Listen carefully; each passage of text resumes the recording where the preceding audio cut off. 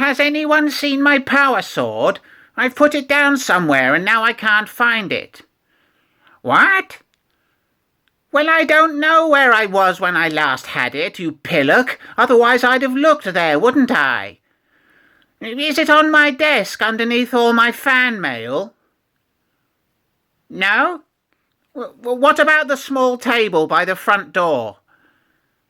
Ah! One of you go and ask Beastman if he's buried it in the garden again. I know, try the umbrella stand. It's where? In the back of my harness? Oh! Sorry, everybody. My fault. Stand down. Stand down. You know, now you've pointed it out, I'm acutely aware of how heavy it is. I'll just go and put it down. Right, sorry everybody. Right, I'm ready now. Right, let's get on with the video. Here we go in 3, 2... Greetings! I am Skeletor, and welcome back to SkeleTalk, the series where I answer your questions. Let's get right into it. ChristineGwilt asks, if you were being chased by a goose, would you run away or stand and face its terrifying roar? Well, Skeletor flees from nothing.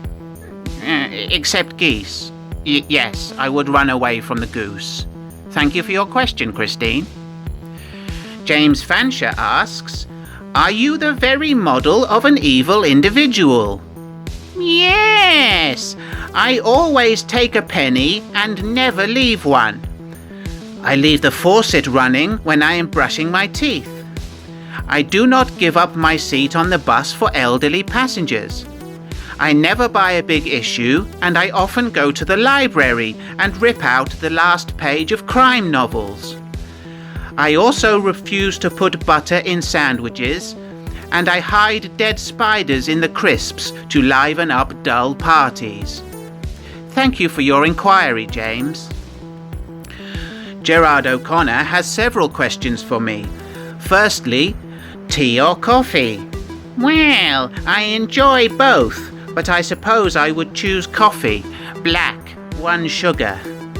Next, DC or Marvel? Well, I choose DC heroes and Marvel villains. Thirdly, football or rugby? Neither. I detest team sports except cricket. Next, Connor asks, who do you support in the Premier League? Well, this year I have been supporting Timothy and Robert. I must confess, I do not know what the Premier League is. Connor's next question is, what do you have against trousers? Well, they do not suit me, and I happen to have particularly hot legs. Connor's 6th question is, have you ever tried big boy pants? Yes, but they were far too big. They fell down and everyone saw my bum. Next, Connor asks, Prime or Megatron? Well, I would have to say Optimus Prime, as Megatron still owes me £7 for a hot chocolate and 2 cherry danishes I bought him during a lawnmower conference in 2004. Connor's final question this week is, Starscream or Galvatron? Well, that's easy, Starscream. I would also have chosen Thrust, Skywarp, or Thundercracker. Thanks for all your questions, Connor. ShaelRiley asks, did you ever get to operate the slime pit? Were you ever slimed yourself? And does Hordak still own the slime pit? Yes, I did occasionally operate the slime pit. Once, most notably, to dispatch a swan. I did fall in the slime once when I was trying to retrieve a ball. I never did find that ball. And yes, Hordak still owns the slime pit. He hires it out at the weekend for parties, weddings and bar mitzvahs. Thank you for your questions, Shael. Kat asks, who is the green monster that popped up in the last video? Well, Christine asked this a few weeks ago. It appears that you have not watched all my videos. How dare you? Nevertheless, I shall introduce you. Whiplash! Whiplash, come here immediately, you scaly shit. Yes, Skeletor. Say hello to Cat. Hello. Now show her your tail. Here it is. Right. Now go away quickly before I beat you. Right. Thanks for your question, Cat. I hope that's cleared it up. StephenGray asks several questions. Firstly, is there anything or anyone you believe to be unintentionally terrifying? Well, I find Thunderbirds and Captain Scarlet to be rather disturbing, but interestingly, not Terrorhawks. I am also unnerved by anyone who smells of lavender. I was once chatted up by Christopher Biggins, which caused me a great deal of alarm. And last month I saw a dog with a haircut so creepy it made my teeth feel funny. However, the most horrifying things on earth are ballet shoes. I think I have mentioned this before. Stephen also asks, what would be your spirit animal? Well, I actually have 3 spirit animals: the newt, the salamander, and the tree frog. All my spirit animals are amphibious. Stephen's next question is, if you could only have one toy line from the 80s, which would you choose? It would be complete, but at the exclusion of all others. That's an easy one. Star Wars, without a doubt. Stephen also wants me to ask Monkey Boy the same question. I will call him down. I bet he'll say My Little Pony. Monkey Boy!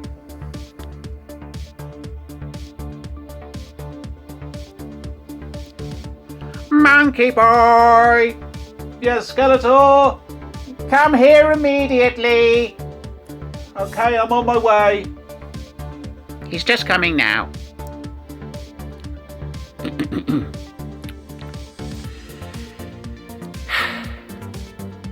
Right, Skeletor. Hey, you dude. What's happening?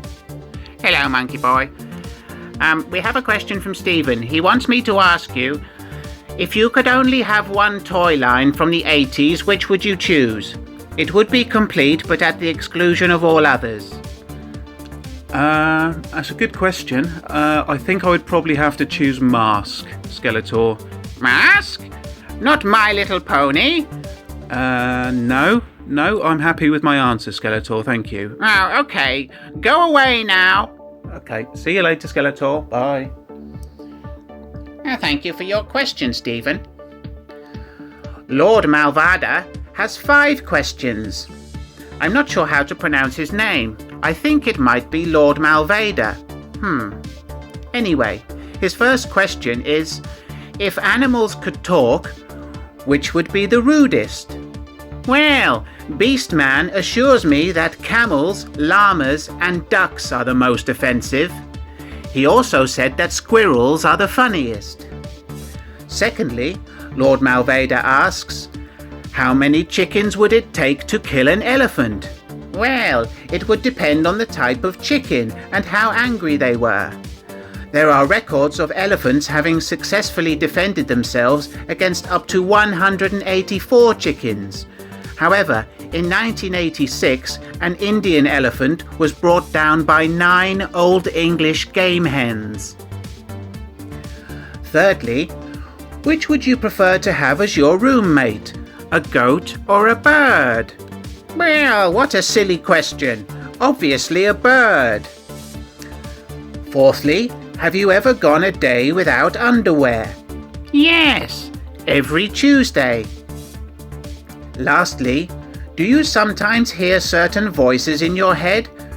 No, only the soundtrack to The Lost Boys. Thank you for your questions, LordMalvada. BenStutley asks, as a loose figure, would you rather have remained mint in box? No! Now that I am free from my plastic prison, I am at liberty to steal Monkey Boy's bakery products on a weekly basis. I do, however, have an identical counterpart in the condition you describe. Thank you for this considerate question, Ben.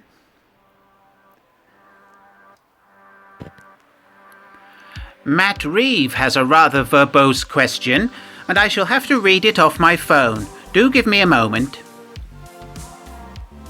Thank you for waiting. Okay, Matt writes, Dear Skeletor, one thing that has always puzzled me about your physiology is the way you have a muscularly toned torso and appendages, yet a skeletal head. Underneath your hooded shroud, how in fact do the two connect? Do you have a smooth nubbin where your neck ends and your head floats above it? Is there a spinal column protruding from the flesh to connect the two? If so, why isn't there excessive weeping or unpleasant discharge around the open wound? Or is there something else entirely? Thanks in advance. Well, Matt, let me just put my phone down, and I shall answer you. Well, after suffering an unfortunate acid mishap, I asked Hordak to save my life, no matter the cost. Hordak chose to reduce my head to a disembodied skull, which now hovers above my shoulders. So yes, I have a smooth nubbin.